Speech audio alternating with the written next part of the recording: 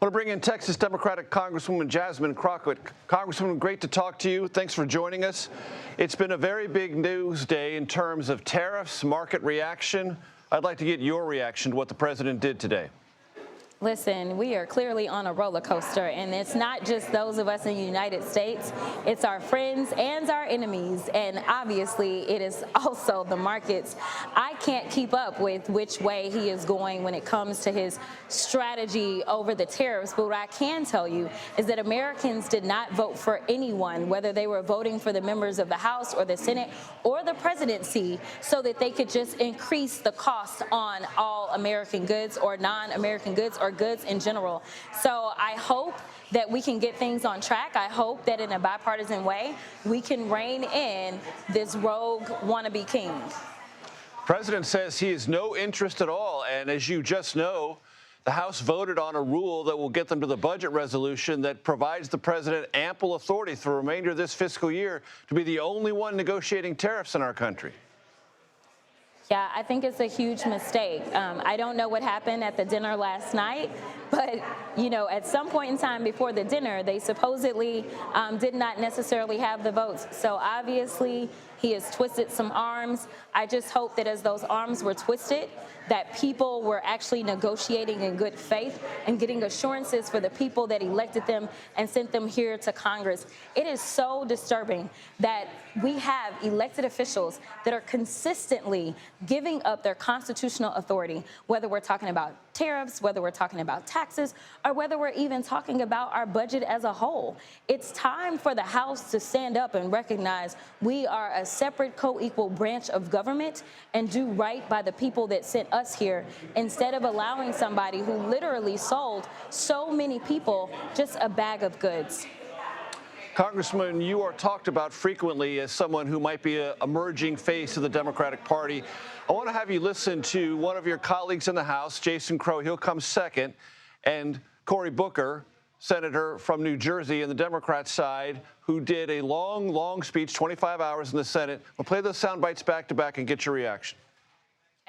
What we've been doing is inadequate, and we need to do more. I'm excited about this moment. I could feel folks waking up. I could feel the energy.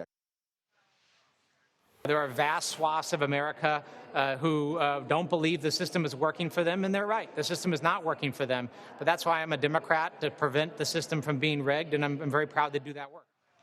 So both talk about inadequacy and a system that isn't working. How do you evaluate that?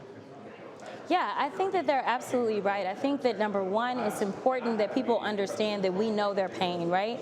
I traveled this country obviously advocating to make sure that Kamala Harris would become the next president of the United States. And as I traveled, I heard from so many people that just felt like government was broken. And so here it was, we kept talking about how we were going to make things better and that we were going to do things better. But most people said the system is already failed. I mean, so why are we going to try to fix something that we know has never worked for us? And so I think that that is why they were curious about this guy who decided he wanted to take a sledgehammer to everything in our systems. I think that people are waking up and saying, well, wait a minute now, you can't get rid of the entire foundation. We at least need a foundation so that we can have something to build upon.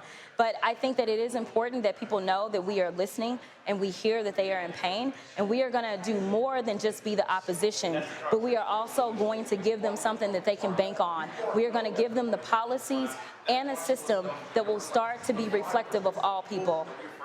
Congresswoman, you've been very critical of the Trump administration's deportations and immigration policy writ large. Yet the polling data, which shows some wobbliness of favorability for the president on the economy, consistently shows a majority of Americans, it might be a slim majority, but still a majority of Americans back him up on immigration. Are you getting something wrong in interpreting where the public on that issue actually is? No, I'm not. One of the things that I hate about polling is that it is a very stagnant data point instead of doing something like having a focus group where you can have an actual conversation. I don't know exactly how these questions are being asked, but one thing that I can tell you is that if you sit down and you say, are you okay with your grocery prices?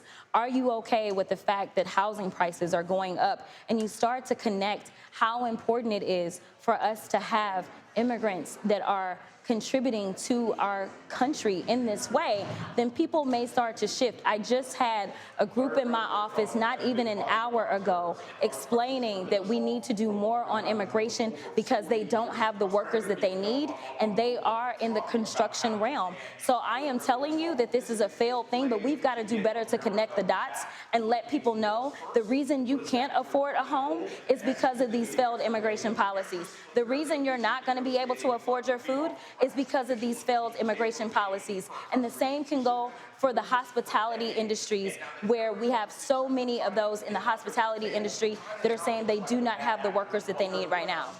Congresswoman, as you well know, the Trump administration has ordered throughout the federal government restrictions or a complete banning of anything dealing with diversity, equity, inclusion. It's also using the power of the federal government with major universities and funding on things related to diversity, equity, inclusion.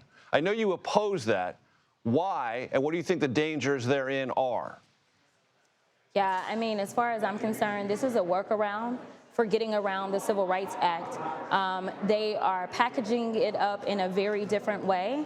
But the goals of diversity, equity, and inclusion have always been to really more so elaborate on the Civil Rights Act. And I think that that is what is so scary for so many Black Americans that look at a colleague that I never got to serve at, but they look at the stories of the John Lewises, and they know the struggles, they know the fights that so many that came before us engaged in, only to have people trample upon that progress and say, you know what, you are not enough. And just to prove it, we are going to defund you. That doesn't make sense. And honestly, it is not what's best for America. What I always tell people is that as someone who had a business major with an emphasis in finance, you always wanted a diverse portfolio. You always want diversity when it comes to our energy, as someone who had to deal with the winter storm in Texas. So why is it that diversity somehow is now the boogeyman and is bad when it comes to our workforce? When you are trying to market and make sure that you can make money from all Americans, you may want to engage in the perspective of all Americans to make sure that your product can get there. And I'll give you this final example. We saw that Target decided that they were going to get rid of diversity, equity, and inclusion. So guess what? We took our diverse dollars elsewhere. In fact, it was Costco that said that they were going to embrace diversity, equity, and inclusion. And what have you seen? You have seen record growth from Costco at a time in which Donald Trump is killing our economy. So if you want to survive, if you actually want to do better and thrive, then my guess is that you should embrace diversity, equity, and inclusion, because that's who we are in this country. It is the American thing. Texas Democratic Congresswoman Jasmine Crockett, thank you. I appreciate the time. Thank you.